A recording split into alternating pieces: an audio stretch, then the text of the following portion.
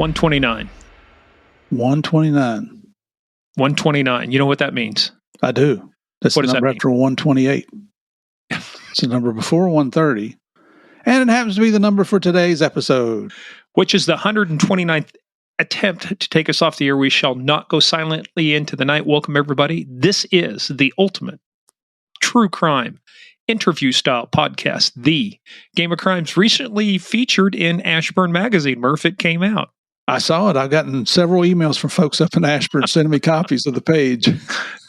Oh, in case you didn't know, they were hard up for something to put in the paper. So we did an overview of Game of Crimes podcast for ashburnmagazine.com. You can go find us there. And me and my fabulous Tommy Bahama collector's edition shirt. There were only 800 of these ever made, and I have number 138. Mm-hmm. You probably have all 800. I'm sorry. I'm foolish, not stupid. I got a picture that I'm going to have to post in your honor. So okay. I won't tell you what it is. Just have to wait and see when it comes out. Does it involve a thong? Oh, no. Okay. Oh, no. I mean, if it did, it'd be a girl and it wouldn't involve you. So okay, butt floss, here we come. All right, hey guys, let's get rid of all this stuff. Let's get to our quick housekeeping. Welcome everybody. Welcome. Thanks for joining us once again. Hey, head on over to Apple, Spotify, hit those 5 stars, Stinko stars. It really helps us out a lot. We really appreciate it. And your reviews really helps us. Many of our guests, as you're going to find out, come from recommendations from you, our players out there. So also head on over to our website, gameofcrimespodcast.com, where you will find action pictures you will not see anywhere else of the one and only Boyd Holbrook, who is episode 128. There you go. Yeah, so we had some good stuff there. So we've got our book list, our merch list, all that good stuff. Follow us on social media at Game of Crimes on Twitter, Game of Crimes Podcast on Facebook and the Instagram. But I'm telling you, where you got to be is Patreon. Couple days late. Thanks, Frederick Nicolosi. We were a couple days late getting our Q&A out, but we had some fun. We had some good questions on that. Yep. And it's and we got one of our folks out there. I won't say her name in case she doesn't want me to use it, but comes from South Africa, had really good observations for us. So we really appreciate that for you folks out there. But hey, look, we've got some good stuff coming up. You can't make this shit up. 911, what's your emergency? The narcometer. You keep telling me we're going to have a great one to review for this month. We are. I'll tell you towards the end of the month. Oh, I wouldn't want you to get ahead. No, wouldn't want me. Not like this. Wouldn't want to get ahead. Hey, we might be a couple days late every now and then on Patreon, but you know what? We've never missed an episode. Missed an episode of Game of Crimes. Comes out on time every Monday. It used to be Monday and Thursday. Now it's Monday and Tuesday. So catch us there. Also, head on over to Facebook.com, type in Game of Crimes fans, join the group that's run by our favorite Mafia Queen, Sandy Salvato, the Iron Fist with the velvet glove that rules overall, and especially posting videos about cats and tagging me in those because she knows that's my life. My life is run by cats. Oh, just look over your right shoulder. Yeah. Fanny decided I have multiple places. I have 3 places at a minimum in my office to where they can sleep. I have a heated cat perch. So I actually have an old heating pad underneath that for when it's cold so they can lay on that. I have a cat condo over here in the corner to my right at my 2:00. The heated pad is to my left at my 9:00. And on my 6 is where Spud Nut is right now. Yeah, that's where Fanny is right now, crawled up on my desk and is asleep over against the wall on the L part of my desk, sacked out. She is tactically minded because she can keep an eye on you and the entire room from that position. That's what I said, man. She's a tactical cat, tacticat. She's got my 6. I saw the cartoon that came out today. I was showing Connie with, somebody came in and I pulled a gun on the burglar came into my house. I pointed a gun at him. I didn't shoot him. I just put the red dot on their chin and let the cats do the rest. That's right. That's what would happen. Hey, but guys, also remember, this is a show about crime. We talk about bad people doing bad things and bad people doing bad things to good people. We take the story seriously, but if you haven't figured it out, we rarely take ourselves serious. We get on our little soapbox every once in a while. Every now and then, Murph goes off the deep end. I got to reel him back in. Yeah. But that means that it's time for a particular portion of our show to where I say, Murph, do you know what time it is? Do you know what time it is? Murph, guess what time it is? It's time for Small Town Police Law Enforcement Water. Yay! Okay. I'm going to name this to Rocket Scientist Corner, Rocket Scientist Blotter. We've got some rocket scientists on this time. What we got today? Well, and where are they from? Well, this one is from Colorado. Okay. There is one from Florida. Don't want to disappoint you. We do have one Florida man. But police came up, caught a crook carrying thousands of dollars of stolen merchandise. Milwaukee's a good brand. Stole a lot of Milwaukee. The store owner, what happened was he called 911 after noticing a hole cut in his fencing and caught surveillance footage of the thief inside. This is Wheat Ridge Police, Wheat Ridge, Colorado. They arrived on scene. You know what they discovered waiting nearby, Murph? What? The getaway driver. Guess who the getaway driver was?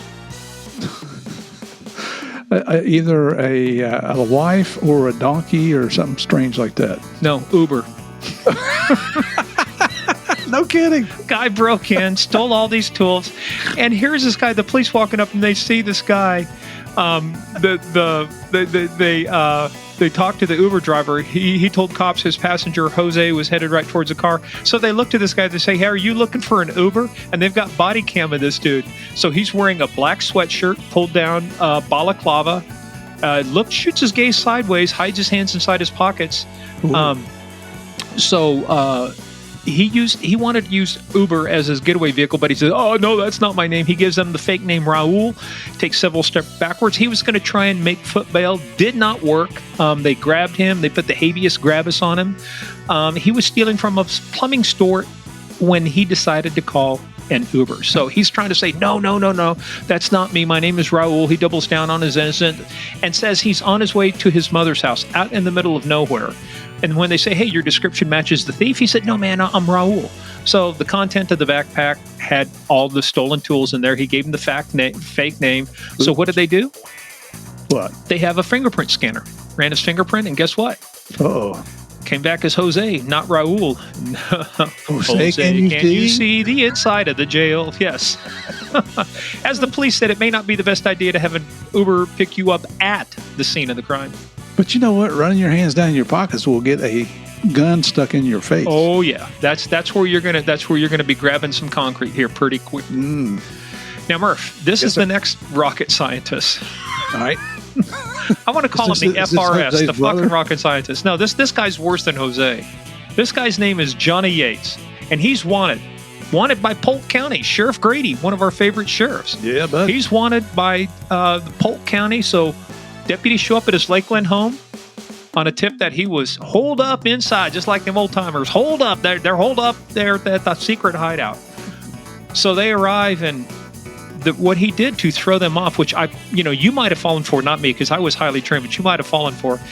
He had a dry erase board out front that said, "Jimmy Yates does not live here." Well, just let's keep going. There's sense in stopping there. And I've never had a dry erase board lie to me before. It's got to be believable. So they questioned somebody leaving the house who confirmed Yates was inside, but they surrounded the house, called for him to come out. So they had to take it to the next level. So enough was enough, and they, as the sheriff's office said, surrender smoke was dispersed inside the house. Oh my goodness. So they called out some more. He still didn't come out, so a second helping of surrender smoke was put inside. Still no response from Johnny. Finally, deputies and Canine Dexter entered the house, located Johnny, who was hiding in a modified chest of drawers. How big was how small was this guy that he could fit in a chest of drawers? So here's what Polk County said. In regards to the 4 people who weren't cooperating with deputies, each one received a parting gift, a charge of resisting and an all-expense paid to Grady Judd's bed and breakfast. Hey, Sheriff, we're with you 100%, buddy. Keep it up. All right, final one, Murph. Yep. Another rocket scientist. This one's an FRS, but this is a frigid rocket scientist. This guy is not smart because he was up in Alaska. He wanted to rob a bank. And what he did, though, he walked up. The bank didn't open until 10, so he shows up at 9, and he's shaking the windows and the doors, and people come out and said, "Hey, we don't open up until 10. You got another hour to wait." So what does he do? Clad in black jeans, black Carhartt jacket, and a black hat, he sauntered up to the First National Bank in Anchorage. When employees told him, "Hey, were not open. He stood his ground and he passed a note through the locked doors that said, "This is a robbery. Put the money in a bag and I will walk out." Okie dokie. This is a robbery. God help us all. So they called, they locked, they have a secondary locking door. They locked. He continued loitering in front of the branch. Cops showed up. They arrested him peacefully. He was transported to Anchorage Police Department. While in the cop car, he made several excited utterances that this was not his first time robbing the bank. Turns out, back in 2018, he robbed the same bank. Leaving a note with his personal information on there. And after he robbed the bank, he stood outside counting the money. Yeah, he's just looking for a reason to go back to prison.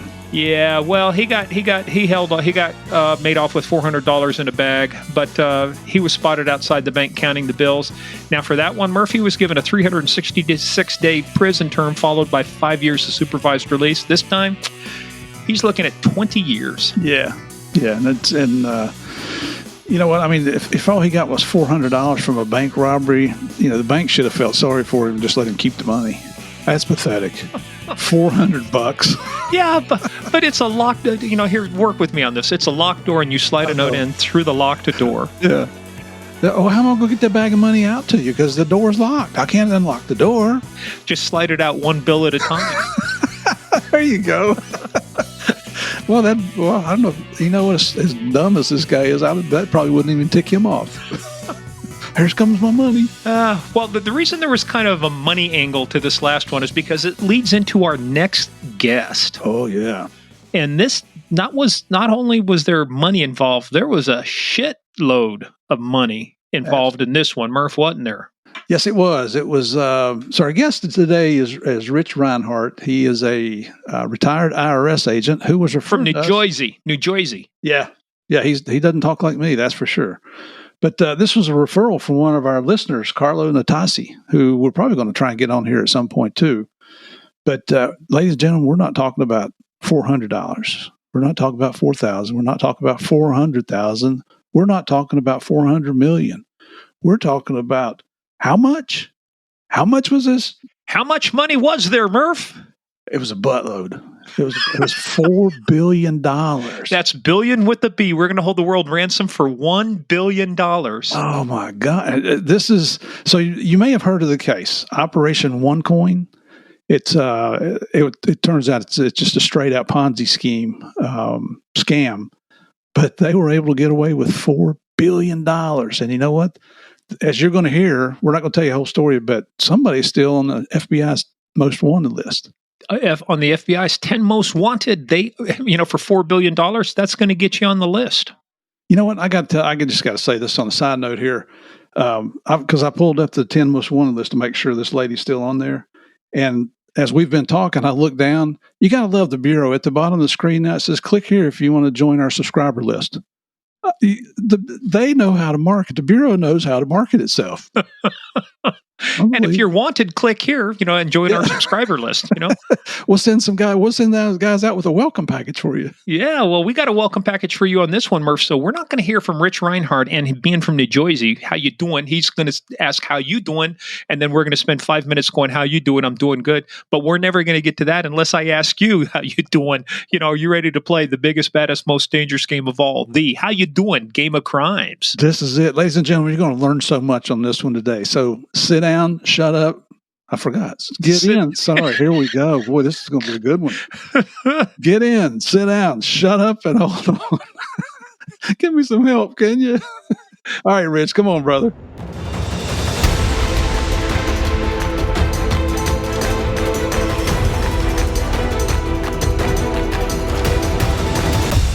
The mistake I made when we started this, I said, how you doing? And it took us 3 minutes to get past how you doing. Should have been, how you doing? How you doing? I'm doing good. Thanks for asking. How you doing? Just got to say it right. Oh, don't you hate that when that happens? Say, well, look, again, we are back again with another. This is going to be an interesting guest because this is a guy who went from just being a diversion investigator to being DEA to being working for a small nonprofit organization. Many of you fondly call the IRS, but we got some interesting stuff. But hey, Murph, how do we get here? Who invited this guy? Who invited this moop? We could have solved that how you doing thing to just say, hey, y'all, how you doing? That's much easier. There you go. So I'm gonna teach you guys how to speak Southern. We got one of our listeners, Carlo Natasi, recommended our guest today. And we started doing some research here on a special operations he's going to get into detail about here just a little bit later. But reached out to our man here, didn't hesitate, agreed to come on. And he actually worked Border Patrol before he came over to DEA. So he's got a very storied past that we need to hear. No, he just can't hold a job. That's what it turns out. Hey, Rich, you don't have to take his shit. You can flip him off. You can tell him off. You can hang up if you want to, brother. Not for what we had to do to get him on. This is our second platform and like fifth attempt to get his gear working. So we're not going to mess with it. Right. Gear. So, hey, well, let's. That sounded a little strange when you said get his gear working. Yeah. No, at our age, it's all about getting your gear working. So, are you going to introduce him, Murph? Or are we just going to dick around for a while? Hey, everybody. We got Mr. Rich Reinhardt on the line with us here today. Rich, thank you very much, brother, for being on the show. You got it. Thanks for having me. Our pleasure. You may not say that after you talk to Morgan, but every guest says the same thing. Well, we always have you reserve. We always have our guests reserve judgment until we're done with the episode. So, as we do with everybody, Rich, and actually, I got to tell you, you sound a lot like one of the guys we had on too, Dominic Polifrone. Do you remember? You know Dominic? I do not. Dominic was the guy who helped bring down Richard Kuklinski, the Iceman. He started out as an investigator with the Bergen County DA's office. Okay. So he sounds a lot like you. So if I'm fluent in interpreting Jerseyese. So, hey, well, as we do with all of ours, thing of ours, Cosa Nostra. How did you get started? I mean, dude, like you said, you went through a variety of things. Where'd you grow up at? What were you doing? I mean, were you just a troubled Ute that got in trouble? Were you one of the two Utes that Joe Pesci was talking about, or what? I was a Ute. I grew up in New Jersey, been here the whole time except for the little bit of time I spent on the border. Came back from the border to join diversion with DEA. Well, but you just can't gloss past that. You went to the border, right? So that's an Al Stewart song, On the Border. Okay. So I spent 2 years at the Border Patrol back in 1996 to 98. Well, how did you get on Border Patrol? See, this is the question we said. How did you get started? So how did you get started? So how did I get started in the Border Patrol? How does a guy from Jersey go to the Border Patrol? And more importantly, why? And why? And I can just see you speaking Spanish. Right. Hey, you two, you dos amigos. You come here, you two Utes. I knew I wanted to be in the federal government, right? Why? Because I always knew I ended up where I knew I wanted to be. I always liked financial crimes. Like that was always my interest. Mm-hmm. So to get in the government at the time, my father was in El Paso and he'd gotten sick. And one of his friends was a Border Patrol agent, one of the guys he got with. And he said, we're getting ready to hire a ton of people. If someone wants to just start here, it'll get him in the door and then he can move on from there. So literally, I graduated college in May, applied that weekend, had a physical in August, passed a physical, takes a test, go to the doctor.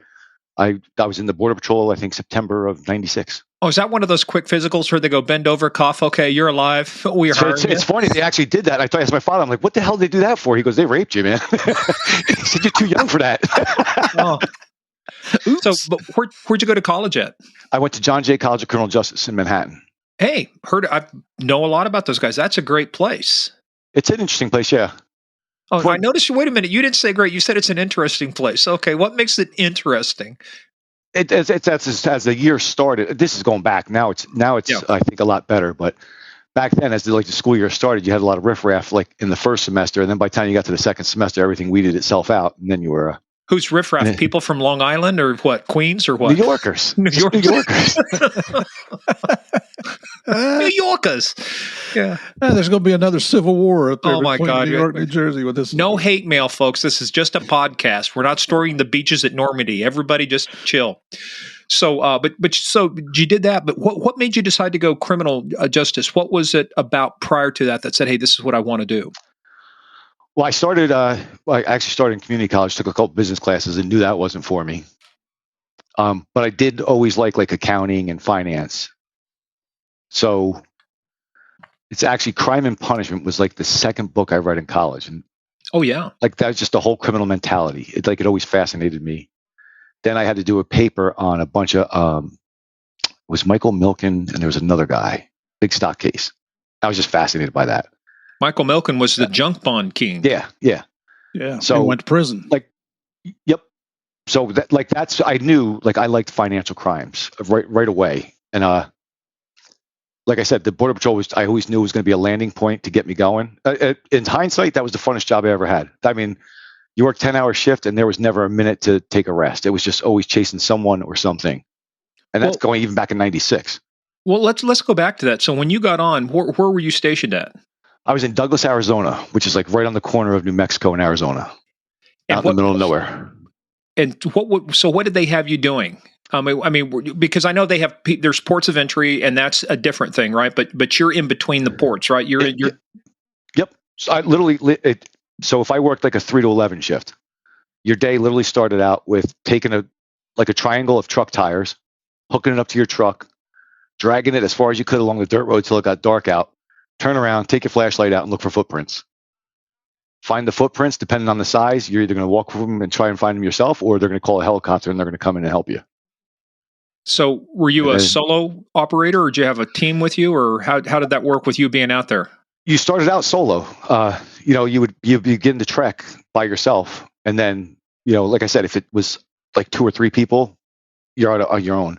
But if you saw a lot of footprints, then people would meet up with you along the way. So you'd call out where you were, like give people an idea, and people would try and intercept you in between.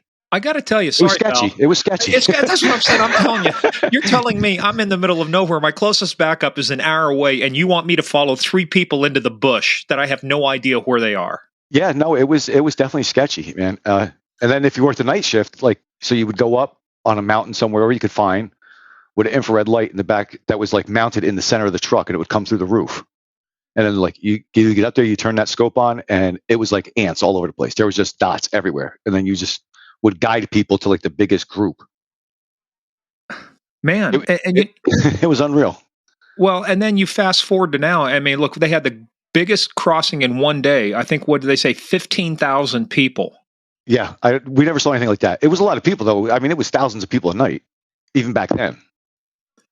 Jeez, man. So, did it feel like a revolving door back then too? I mean, like you arrested and talk about 100%. That, but also, but I'm also interested too. One of the things we've seen happening now is there's a lot more people that are on the terrorist watch list that have been coming across the border. They're catching a lot of those. When you were back in the day, what was the biggest thing other than just the coyotes bringing people across? Were you getting dope as well? Were you getting any indication of people from countries we don't like Iran and stuff like that? In hindsight, yes. So you always had you had Mexican nationals, and then you had OTMs, which are other than Mexicans. And OTMs. Okay. So other than Mexican could be anything. So in hindsight, could a Middle Eastern guy be an OTM? 100%. And I don't think we would have known. If he had a Mexican ID, I don't think anybody would have known. Because it was literally catch him, write him up, bring him inside, fingerprint him, and send him back. Next day, you're going to see half those people again until they're jammed up 10 times. Then 10 times? 10 times. Why was 10 times the magic number? I don't know who chose that number. Some bureaucrat in D.C. that didn't have to man a post out in Douglas, Arizona. I guess so. But it was a rat race. It was a rat race. I remember the first time I caught dope. It was like during a day shift, and the journeyman agent was like, one of the sensors went off. There was ground sensors everywhere. So he's like, you had a cheat sheet of where to find them. All right, go find it. Go out there. I hear the bushes tickle, and the race is on. 5 guys get up, start running, and I'm running after them. This is going on for like a mile and a half. At that, I wasn't used to the border climate and everything. I'm coughing up blood. I'm like, Jesus Christ, I'm going to die. And I was in the best shape of my life. Long story short, catch them, get them back. There's 8 bales of dope, 50-pound bales. And I'm like, oh shit, I'm going to be on TV and everything. And they're like, oh, that's all we got? Throw it in the back of the truck. Let's get out of here. I'm like, Jesus Christ. That's it? 8 bales? Oh, That's it. And you would see that shit on the side of the road all the time like it was nothing. And you're just like, what did I get myself into? Crazy. That's crazy stuff. But what's one of the funnest things you got to do down there on the border? Every night was fun. I have to say, every night was fun. It was always something different. Either, like I said, chasing people, chasing dope, catching vans with people that, I mean, you couldn't believe how many people could fit in a van. Like, you don't looks open the like side a clown door. car, right? Like a clown car. They just keep coming out now. And I'm not being sarcastic at all. I mean, people would fall out as you open the side door. There was that many people stuffed in it because they're only going, 5 or 10 miles till they get to the next pickup point, and they would split up there. But I think the funnest was when you're sitting at like an overnight post on the highway, and like as the sun comes up, you'll hear like the guy at dispatch will call out sensors popping all over the place because they know once they're approaching the stop, they just get out and run, and then the race is on. And that was like a morning occurrence every morning, just a foot race to chase people. How tall are you, Rich? I'm 5'9". You look like you're pretty slender, probably a good runner, huh? I especially back then. I'm still a pretty big runner, but back then I was in good shape. Jeez. Yeah. But you got all the gear on, you got the long pants and the boots and everything. You're trying to chase people. It's still a difficult proposition. Well, the most memorable moment was, so when we're in the academy, they're telling you, "Oh, you fucking city boys, like you don't know. It's going to be so dark out there. You can't see your hand in front of your face." And they go, bullshit. You're just like trying to scare us. One night I'm out there, and sure enough, it's dark as shit. And I have my flashlight forward. I hear a noise behind me. I turn around. My lights just go in the eye of a fucking bull. And I'm like, oh, motherfucker. So I'm tearing off. And I'm thinking, I was running for miles before I thought this. It was probably gone a mile ago, but I'm still running like, oh my God, if this thing catches me, man, I'm done. Oh. Holy cow. Yeah, no, it was not holy cow, holy bull. Holy bull. Okay, whatever. It was an interesting place. What about violence? Yeah, unfortunately, I lost a classmate 6 months into the job. What happened? Same thing. Like him and a partner. He actually had a partner with him. They followed a small group. It ended up being dope, and the partner left him to go try and find the dope. Unfortunately, somebody was hiding in the bush, came out and just shot him in the back of the head. Oh, geez. That's very. I mean, that was rare. Like something of that magnitude. I mean, I know it's getting more common now, but back then, I mean, it was very rare, but very unfortunate. I mean, this guy was a Russian immigrant, real nice kid, and they fucking popped him. They catch him? You never know down there. I mean, allegedly they caught somebody. God, that's horrible. You remember his name? Alex Kirpnick. Okay. They have a memorial for him every year. I mean, yeah. It was just a genuinely nice guy. I mean, going through the academy, just happy to be in America, happy to be a citizen, happy to do his part, and then just taken out for no reason. That reminds me, too, we had Pete Forselli on. Pete was ATF, but worked the Fast and Furious, and that was one of the things we talked about was the guns that were used to kill Brian Terry. Okay. Yeah, Brian got killed down there, too, kind of a similar situation. What did because now we're looking at it too. And I know Murph, you said too, when you were down at El Paso, wasn't it one time you were down there where you said the cartel or not cartel, but some of those people were shooting across the border. The rounds were hitting the buildings on the U.S. side. Yeah. There's I was at my first time to El Paso. I met the chief from UTEP, University of Texas at El Paso. We just kind of hit it off, got to be friends. And he said, "Hey, let me give you a quick tour around El Paso." So we did. We went up on campus. And he showed me on the building, on one of the campus buildings on the college campus, the pock marks where bullets were coming across the border. And here's what I heard from everybody in El Paso, and you may be able to confirm this, Rich. Everybody said El Paso is the safest city in the United States. According to the mayor, yeah. Yeah. That's so they dump everything on the other side. Yeah, just don't cross over. I remember the first New Year's Eve I was there. Like, probably 10 minutes before midnight, they're like, all right, everybody get to the port. And we're like, what the hell's going on here? So we all had to race to the port. They wanted you underneath the awning because all you heard was gunshots. And it would like rain down on top of the port. Bah, bah, bah, bah, bah, bah. And you're like, and Jesus. People don't remember what goes up must come down. Yeah. There was actually a homicide case where that's what it was. They thought somebody had got whacked in LA by a gang member. But what it was is people shooting up in the air. One of the rounds came up and nailed this guy right in the top of the head. I believe it. Yeah, it was interesting. Man, New Year's Eve was interesting.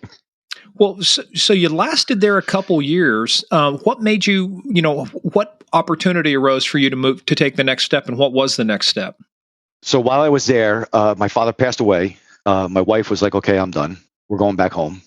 I actually applied for the Scottsdale Police Department and was about to take the physical, which was the last step of the process. And then I got the flu and I was comatose. and I couldn't take it. So lost that opportunity, applied for diversion with DEA, which is like their pharmaceutical drug unit.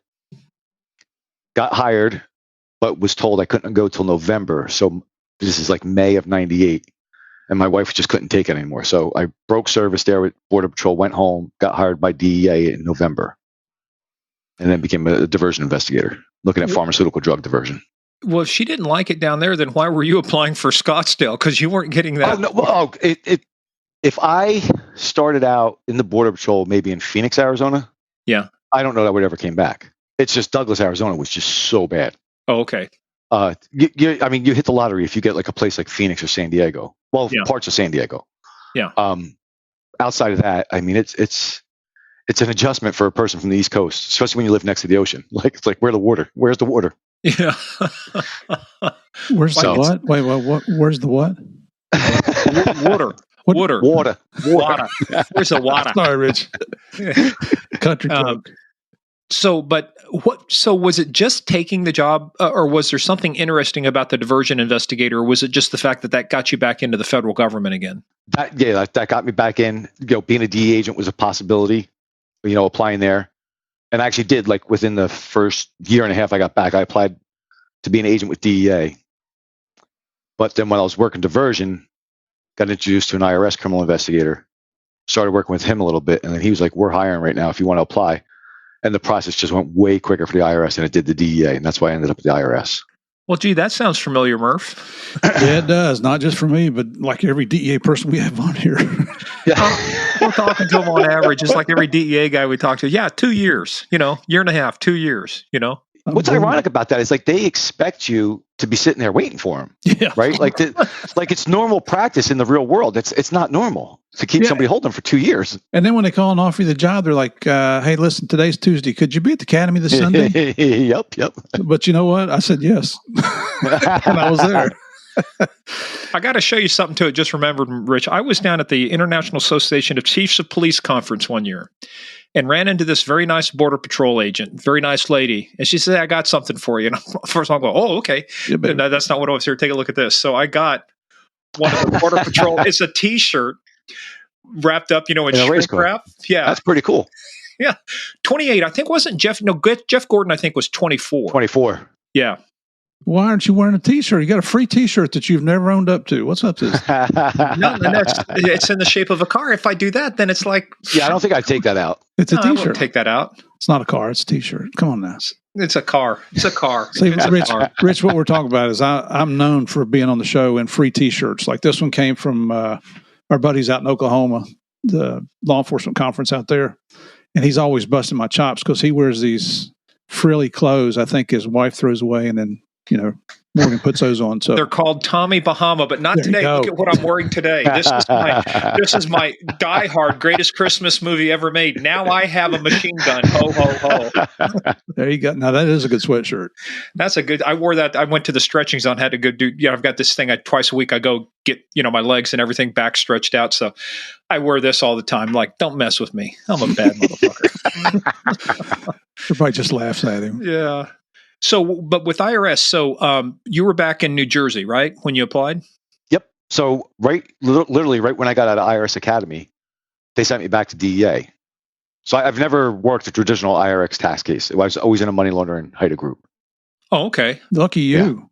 Yeah. I trust me. Yeah, for IRS agents, I've had a blessed career. I've stayed at DEA for 15 years before I got into the crypto space. I was an undercover agent the whole time.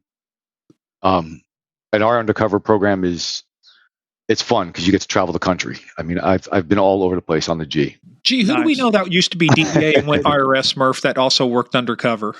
Yeah, we used to do that. I'm not sure the DEA is really. I think it's kind of turned into the DAA, the Drug Administration now. But no, but I'm talking about who's a prior guest we had. Oh, that was DEA and then went IRS and worked some cases. Bob Mazur. Oh yeah, that's right.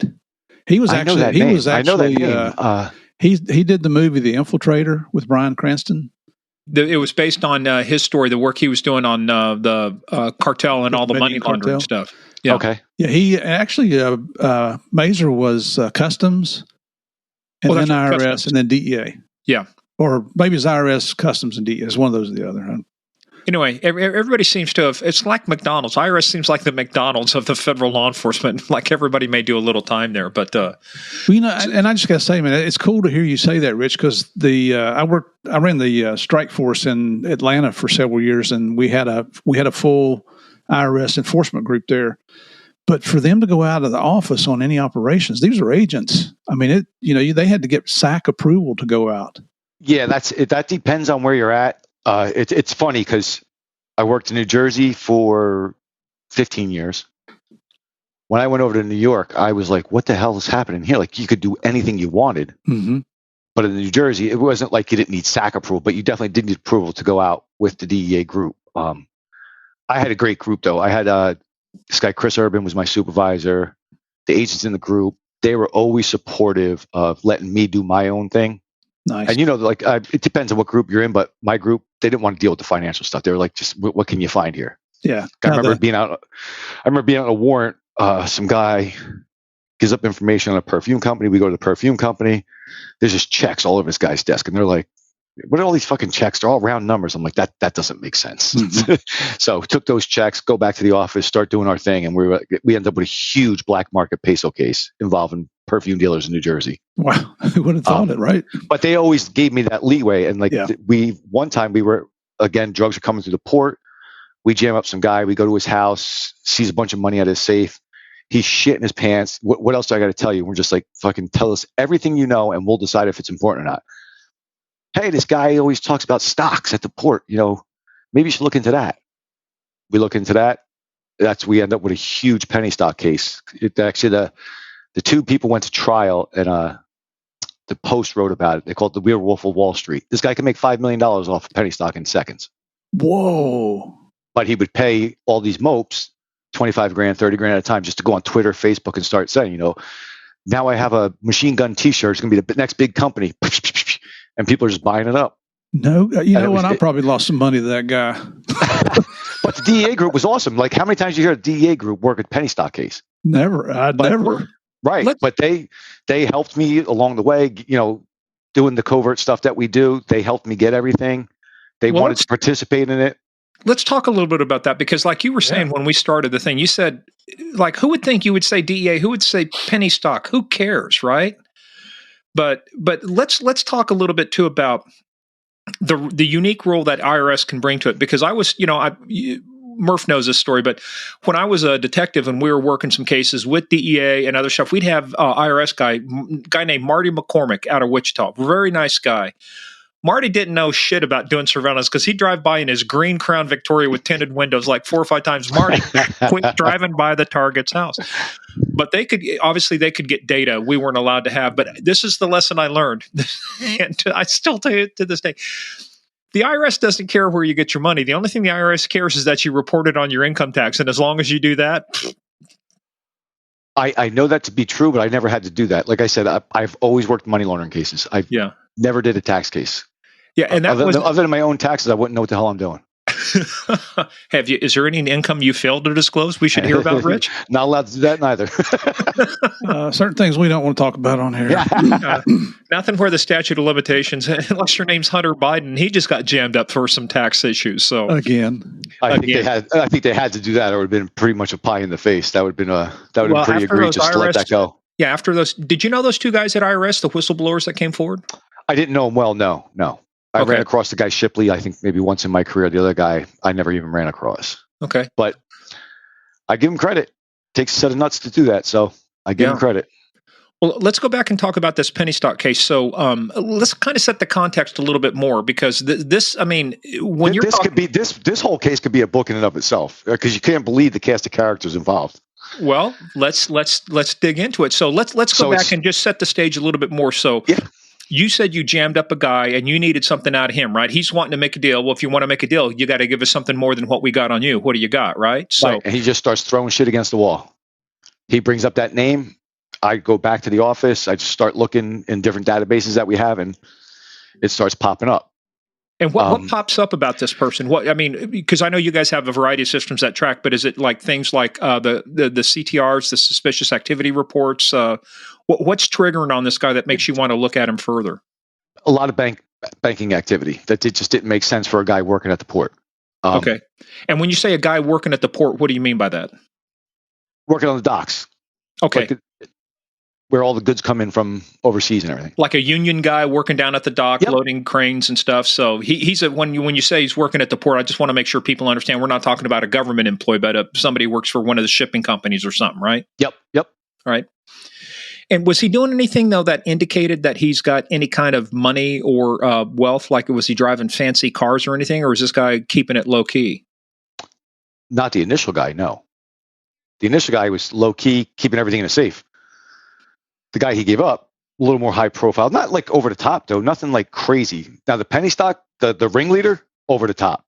Yeah. House in Fort Lauderdale, on the water, big mansion, nice cars. Well, so work into it. So you take this guy. How long does it take you to start realizing, hey, we've got something here? Because when you say penny stocks, a lot of people are going to go, penny stocks, what?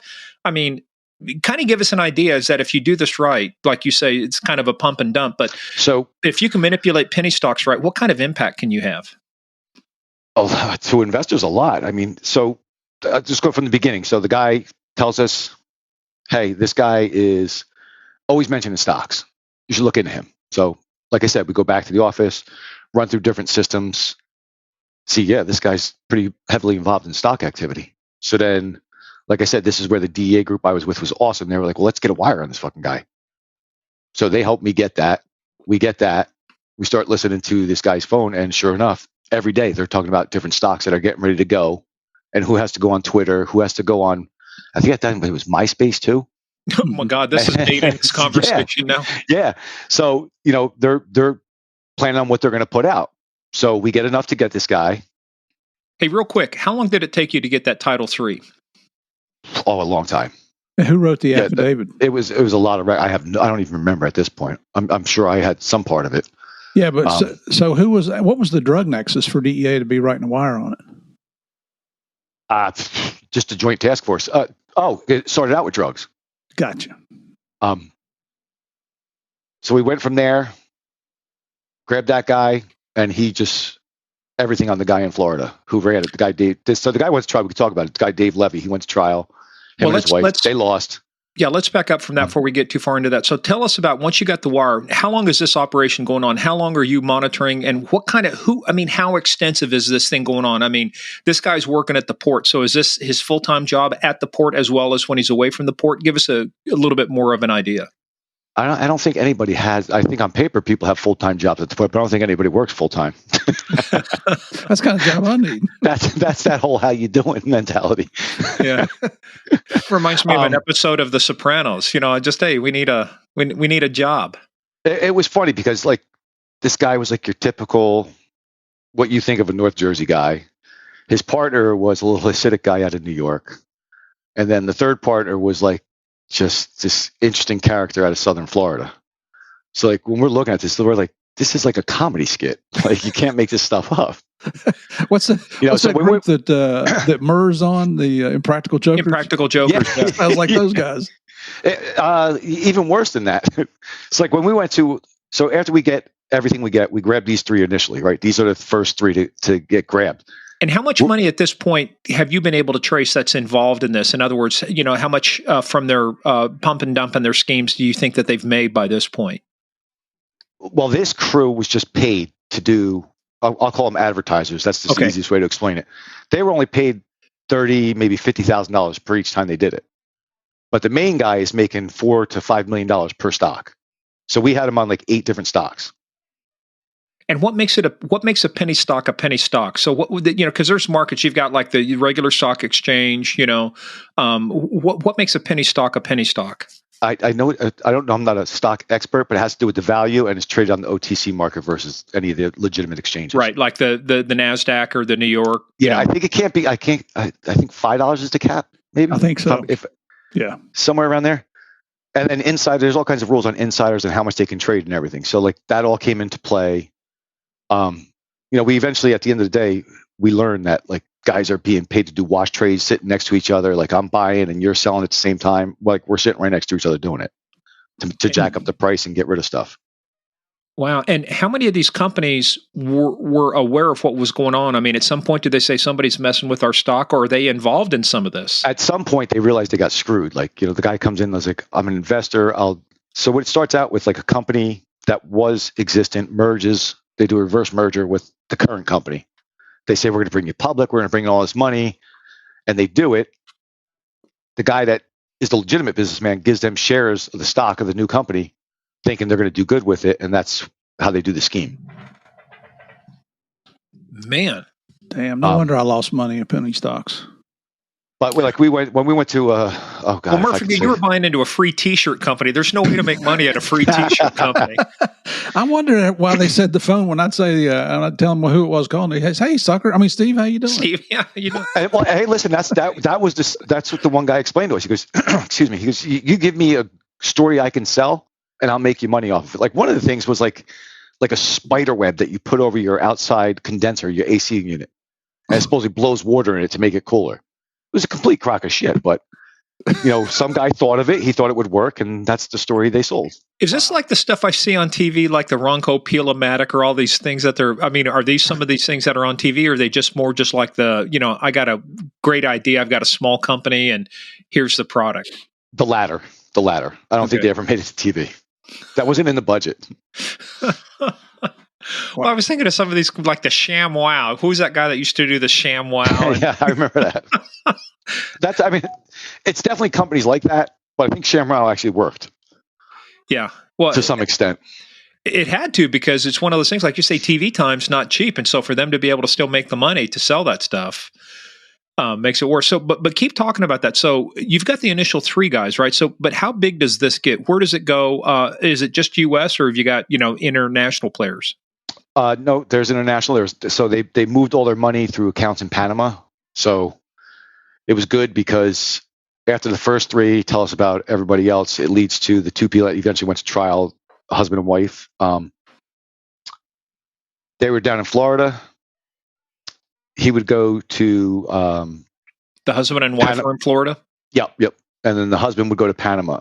So that's eventually how we get the gut punch. He came back from Panama one time, and we grabbed a lot of his stuff. And like most criminals, he was dumb enough to keep handwritten notes that ultimately led to his demise.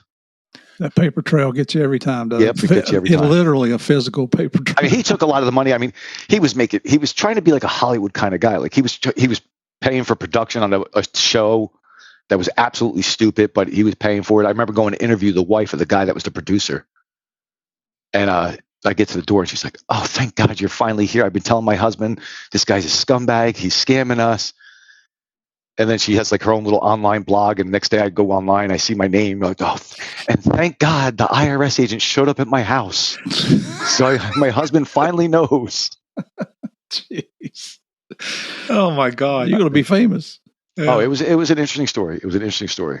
Well, but keep going with that, though. So what does it take for you to get from the wire now to get to these people? Because I know that you hear the name. Do you run now a second wire? Do you go up on a wire on these folks as well? No, everything else is like everything else is records. Just continuing to go through trading records, go through them, get the emails, find the next person involved, go hit them, get them. I mean, the wire was pretty powerful. I mean, they were all on the wire, so. And when it's in your own voice saying, "Hey, do this and then do this and do this," it's kind of like, it's kind of hard to overcome that when you got it on a Title III. Right. And then the Panama stuff was just perfect because that, there's your conceal and disguise, right? You're not gonna go through all that if you're not trying to hide it. What was the purpose of him going to Panama? What was it that he did down there that he could not do in the United States? They had a lawyer over there who opened shell companies that they were able to wire money into. Okay. So when he needed money, he'd go there, get it, and then come back with certified checks that he could use over here. That it looks legitimate. And would that avoid the currency transaction reports? Yeah, because the person who sells a certified check would have to file the report, not the person who has it. So if I went to the bank and bought a certified check with $10,000, they're going to file it on me, not the person who cashes it or deposits it, rather. Right. And so, but because it was in Panama, were they filing those reports, or was that part of the scheme? Oh, no, Panama's not filing those reports. Yeah. but so that's interesting. That's what I'm saying. When you get into the international side of it, how much that guy, the lawyer, was actually probably the most comical part of the whole trial because he had his own history, right? Well, he's in Panama and he's a lawyer opening bullshit accounts. He has a history, right? And when we're on trial, the defense attorneys are like trying to dirty him up as bad as they can. You freaking lied and you lied and you lied. He just stops. He's like, that was my job. I was paid to lie. And it was just like silence, like drop the mic moment. Like, holy shit, that guy's good. Yeah. You can't overcome that. Even if like the defense attorney was even speechless. Like, yeah, he's kind of right. That's what he's paid to do. Well, take care of that. Sometimes you don't have to pay them to do it. They still do it for free. So, but that takes, the AUSA that was assigned to that case, he was awesome. He was very aggressive. It was everybody involved, or like I said, my DEA group, my DEA supervisor, the U.S. attorney that was assigned to that. Everybody was awesome. Like I don't think many IRS agents get that support when they're assigned to a task force. So we'll go deeper into this in a second, but let's kind of bookmark it too, because how long had this been going on? Obviously at the end of the case, you've got historical information, but how long had this been going on before you were made aware of it and you got involved? Was it a month, a year, 2 years? I think it was a little over a year. It wasn't like super long. And so why was this guy running his mouth then down at the port, just trying to brag, or is he trying to get people to buy the stuff? You're thinking like if you got a good thing going, you don't really want to tell somebody. Trying to buy stuff, getting to buy it. That's how you get the interest involved. So like if I'm going to blast it on Twitter tomorrow, right? XYZ stock's going to go through the roof. And I have these guys on the side, I have their $20,000 sitting, I go buy it. That's just going to increase the volume, right? So if it's him and 10 other people doing that, people are going to believe what they see is posted. Right. But what I meant was you had a guy down at the port saying, hey, this guy's always talking about stocks. Is that what he was doing? Was he doing it talking to the people at the port, or was he doing it just to like online and, trying to pump? I'm trying to figure out to friends. Yeah. Okay. Give me $5,000. I'll make you some money. Give me $5,000. I'll make you some money. Okay. So he was scamming his own friends as well. Yeah. No honor among thieves. Yeah, I was going to say shocker, right? Shocker. There you go. Well, so you start doing this now up in you're out of New Jersey. So when you start looking at these folks down in Florida, how does your tell us about going down to Florida? What does it take for you to get down to Florida, and what things are you interested in doing while you're down there with these folks? Are you doing surveillance for a while, or are you past that? Is it just a document case? No, 100%. We went down there again. Like the DEA guys came down there with me. Even though it wasn't drugs, we did surveillance down there. We did operations down there, and they were there the whole time. We went to the Dolphins game one time because they all went to the Dolphins game. So we had everybody inside the Dolphins game, and then when it came time to arrest, we all went back down again. We went down there several times. We spent a lot of time in Fort Lauderdale. There was always a lot of follow-up. Oh yeah, we got to go back down to Fort Lauderdale. It's cold in New Jersey. Yeah, it was always in like January, February, March. So the timing was great. I was stationed in Miami in 87 to 91, and January and February is when all the New York, New Jersey agents came down. The Boston agents, everybody came down. For me, it's too hot. I couldn't live down there. There's no way. It's too freaking hot. But it's nice to get away, especially when you know how to pay for it. South Florida's hot, let me tell you about Douglas, Arizona. It's a dry heat. It's a dry heat. Well, look, it's a dry cold in New Jersey. I remember driving home. I commuted to work. We lived in Sierra Vista, which is like 45 minutes, and I'm with a guy from Boston, and he just didn't give a shit about anything. He had a piece of shit red pickup truck, and it was 3 of us commuting in that thing, and he only had like the small cab. He didn't have the king cab, and one of us would always have to sit in that small back part, no AC, and I was like, I'm living in a fucking blow dryer. That's what it felt like. It was so hot. And it's a dry heat. It's a dry heat. So is an oven. Hey, so you're down there. While you're down there, tell us about now while you're down there, what's the purpose now? What are you surveilling? Are you trying to figure out what banks they're going to or what locations they're going to? What's the purpose of the surveillance down there? Additional banks. We did some like I said, we did some operations down there, some undercover stuff down there. What kind of, tell us about, what was the purpose of the undercover? What were you targeting? Guys meeting, and then like other guys that were involved that we didn't have enough on, that we would send people in to meet and then get them to talk about it. And so just to close those doors. Because there was Well, how did you introduce them then? How did your UCs get with these guys? Tell me, what was the purpose of the meet? Was it like a cold, just just do a bump, or was it was there an intro from these other guys that you had jammed up? There were introductions from other people involved. And so when they went in there, what were they trying to figure out? What were they trying to discern from their conversations? Either wanting to move money through the pump and dumps or invest, make like you're an investor. Like they said, you got this getting ready to go, or acting as one of the potential, I'll call them advertisers, going on Twitter and Facebook. Hey, I want to make a quick 10 grand. I'll do it. Kind of put it in the perspective too. We know, like, if you're going to do a conspiracy, there has to be an overt act and furtherance of the conspiracy. So if you're talking to somebody, and you're the UC, you got that. I mean, there's certain trigger things, certain thresholds. In a stock case like this, what are some of the thresholds for you? What are some of the, the bright lines that you're trying to get them to cross? It's like, we know conspiracy, like the overt act, but just talking about it isn't enough. What kind of things would they have to do so that you could get them, start jamming these guys up later, being able to file charges on them? Oh, you would go out and either promote the stock or invest money, then get the dirty money. Well, you're obviously watching the guy's account, right? So when he gets paid from the bad guy and then that money comes back our way, you've completed the circle. Or if we gave money to invest in and it gets deposited at the end of the day to the bad guy's account, all three are involved in the conspiracy, right? How much were you having to front to do this? Not a lot. Like I said, they're grabbing small chunks from everybody. It's a penny stock, so $5,000 on a penny stock is going to get you a lot of shares. Okay.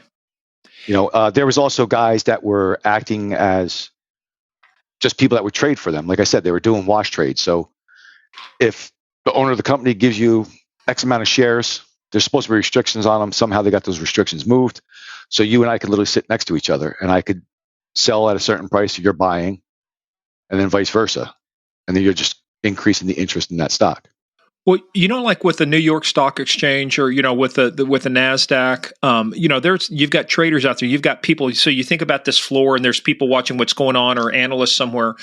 Who was watching the penny stocks to start looking at it to say, okay, the price is a lot of this just automated based on the computer and watching how much the volume of stock, or how do you drive the stock up? Is it simply just more people purchasing, or are there people, unwitting accomplices, people like the traders, like you would see on the floor of the NASDAQ and the New York Stock Exchange?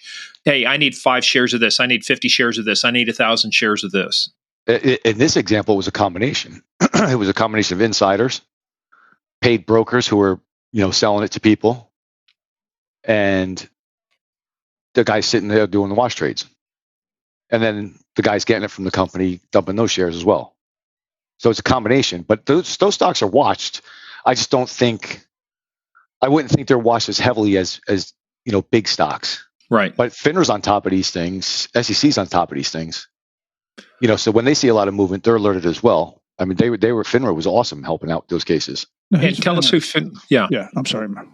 Yeah. FINRA is like the regulatory part of the market. So they maintain the market integrity. SEC basically enforces. FINRA's quasi-government. SEC is government. What does FINRA stand for? FINRA is the financial industry. FINRA. Financial integrity. FinCEN is the Financial Crimes Enforcement Network. So, but you've got FINRA. FINRA. Yeah. Financial industry. So they basically are the gatekeepers of the markets. They register the broker dealers. Financial Industry Regulatory Authority. Right. They set the rules. They register anybody who wants to trade, broker or dealers. So where's the epicenter for penny stocks? I mean, obviously when we think NASDAQ, NYSE, you've got the Chicago Board of Trade. I mean, you've got places. Where's the epicenter for penny stocks? Is it still in New York or located around? Oh, that was been so long ago. I don't even know if they're still a big thing. I'm sure they are, but I have no clue. That was a one-off. I've done one penny stock case that lasted several years, but well, yeah. So how long did this investigation last before you could finally start, getting indictments? But by getting indictments, probably I would say a year and a half, 2 years. It wasn't like super long, but then probably another year before trial and all that. So you're in Florida now. You're following these folks around. You're doing these UC operations. So where does Florida lead you to? Is that the end of the food chain, or have you got other folks that you're going after? No, we had people out in San Diego, like I said, Panama, Colorado. That's about it. I'm sure there was probably some other miscellaneous places, but that was about the primary spots. So, but when you're in Panama, like that lawyer, you talk about being in trial later. Are you able to get this person extradited? Are they indicted as well? We didn't have to extradite. They came back to the U.S. and that's when we got them. Oh, okay. Both were like, so the attorney was a USC who just operated over there, but he came was back. a U.S. citizen. He would just go down there and do work and then come back. Yep. Well, so talk about that. Talk about that, because you always love that too, right? When they land and they've got they're loaded for bear. So, what was the decision point where you said, "Look, we have enough. We need to make the arrest. We're going to approach them, and take these guys off." That's just I don't know the exact trigger point. I just know once we got enough to make the AUSA happy, they were ready to go. I don't know if there was a defining moment that says, okay, he's ready to do this. Let's go. I think it's just the evidence got so big. They were like, okay, we're. Yeah, it's diminishing returns now. It's like you can only indict them so many times, Right. I think that what took the longest is just to make sure who we had. As the top of the food chain was the top of the food chain and nobody else. Hey players, that is the end of part 1. Part 2 comes out, as always, on Tuesday. In the meantime, go check us out at Game of Crimes on Twitter, at Game of Crimes Podcast on Facebook and the Instagram. Also, go check out our website, gameofcrimespodcast.com. We've got a lot more information there, including our book list. Any book written by our guests will be listed there. In the meantime, go check us out also, patreon.com/Game of Crimes. It's where we put a lot more content you won't hear on our regular podcast. We go into a lot more topics, and folks, it is a lot of fun. So go check us out, patreon.com/Game of Crimes. In the meantime, everybody stay safe. We'll see you tomorrow for part 2.